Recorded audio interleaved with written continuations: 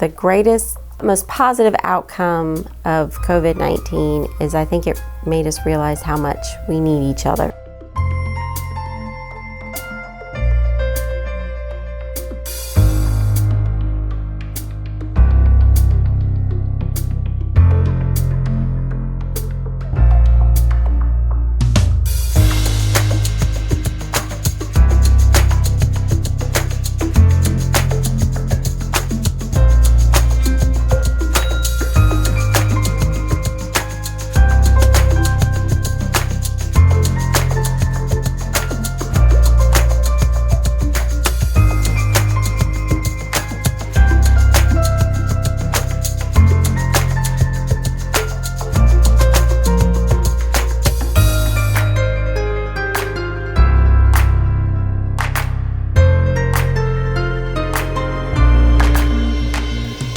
Teachers, need their students. They don't want to teach their computer screen. They need their students to be able to do their job.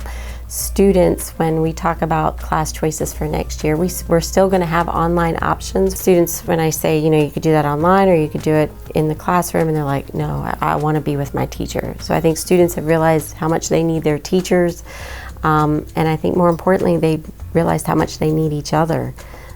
We think of teenagers being so behind, caught up in their social media and behind their phone screens and so forth, but they could not wait to get back to see each other, to be physically present with each other, and I love to see that, and I think that speaks volumes about our students and about our school community.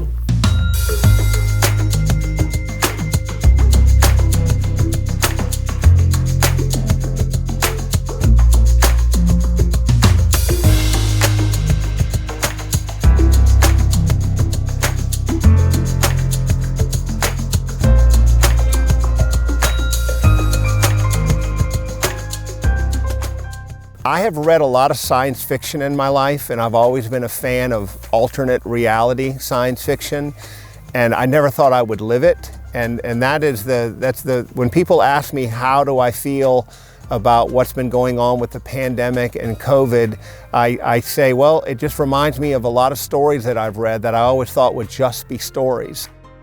If I were a student during this pandemic, I'm pretty sure the thing that I would miss the most is the close contact with my fellow students. Our kids have been fantastic about the mask. We've had little to no problem with mask compliance, but the social distancing, that's been the hardest thing. And it's interesting, I was thinking about this the other day. Prior to the pandemic, we criticized kids quite often for always staring at their screens and not at each other. And what we've learned since the pandemic is, they still do stare at their screens a lot, but they also spend a lot of time with each other, and they miss that. And that's been the hardest thing for the kids, is that interaction with each other, which I think is crucial to their development and to their happiness. And I think that's the single hardest thing that our kids have had to deal with. Well, we were initially excited for the 2-week period. I was really looking forward to it because I needed a break. And then we got a call that school wouldn't be coming back.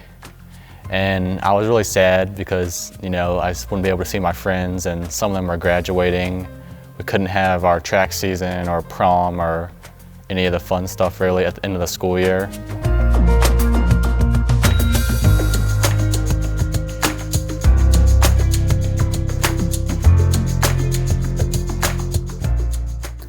I personally didn't like it because I felt like it wasn't hands-on, and I wasn't giving it my all because I didn't understand the material. And so I am very much a hands-on, in-person learner, and I learned best when I was sitting and I could talk it out with my teacher to make sure I was doing it correct, whereas when I was remote, it wasn't the same feeling as being in class, and of course I missed my friends, and that was really a struggle for me at the beginning. I could not do virtual. I have to come to school because I need the socialization. Sometimes parents have said, okay, I want my kids to be remote, and they go remote, and then next thing you know, they're like, yeah, they're not doing good remote. Can we bring them back? And we're like, yeah, we'd love to have kids back. It's not a school without kids. It's kind of depressing if everybody's remote. I don't know how the other schools are doing it. Yeah, last year between March and I'd say May was definitely the hardest part, just because you know, most things were shut down and you didn't really see as much people. It was just, I don't want to say depressing, but it was just sad not being able to do things like you used to, and you realize that you took things for granted, how we used to have it.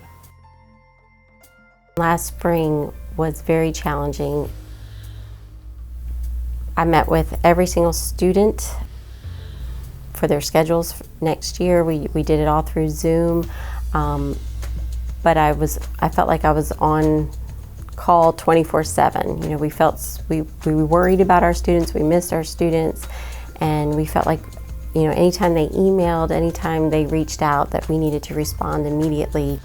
Teachers felt that way too. We wanted to be there for our kids. We knew that that was a very traumatic experience, everything shutting down. It was a very scary time, and you know, we're very protective of our students, and we felt like we needed to be there every second of the day and support them. Very, very challenging.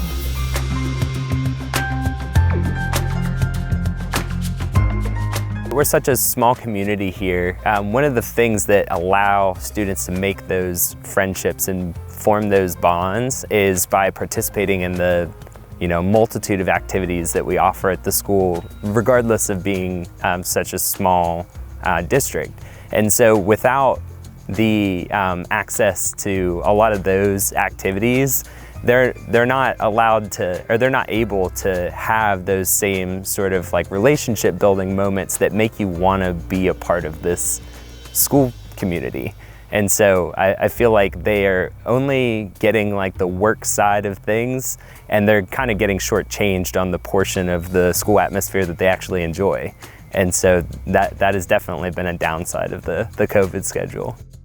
One of the things I'm the proudest about that we've been able to do here at RCHS, and the credit for this goes to our AD and school nurse and to our superintendent, is to bring back extracurricular activities, specifically athletics, as soon as we were allowed to, because that gave our kids the opportunity to be with one another, to be together on teams. And I think that is something that in their world outside of high school, they've had really very few opportunities to do that. You know, bringing back extracurriculars to me has been almost as important as bringing back academics, because it gives our kids that opportunity to socialize with each other, which they need to have that opportunity, because that's how they grow. For me, an early high point was our ability to pull off graduation last year. We did graduation for our class of 2020 as a drive-in format. And we were very fortunate. After the event was over, we held our breath for 2 weeks, and we had no outbreaks, so we were very pleased. People, for the most part, did what we asked them to do.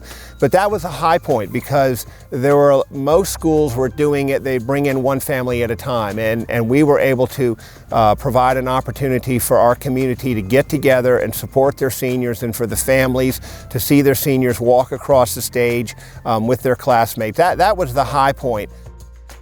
This year was definitely more challenging for our seniors. Our class of 2021 missed out on almost all their year, all the traditions, their time with their friends, and even when they were here in school, you know, the mask, not being able to congregate in the lunchroom, not being able to eat together and hang out in the halls and walk to their next class together, definitely impacted the whole mood of the school, the whole mood of the students when they came in. It was definitely more somber and quiet, to a point where it was almost eerie at times. Now that we're back to a 4-day week, though, we are starting to see that life and that energy and the kids' enthusiasm to be here and so forth. But in the beginning, it was almost eerie.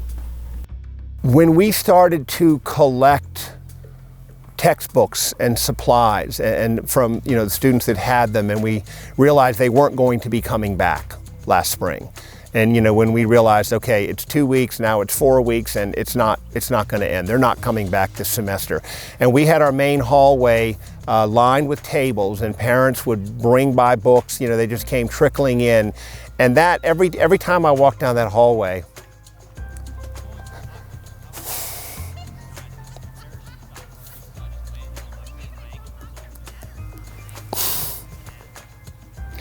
that was a visceral reminder.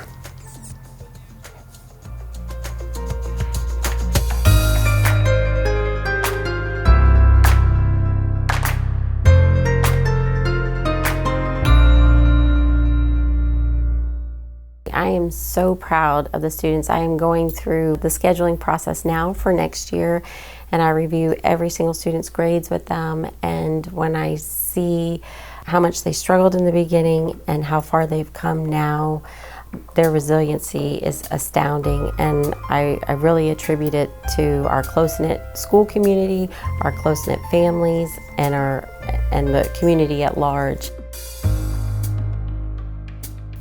Rappahannock takes care of their students. We love our students, and they are top priority.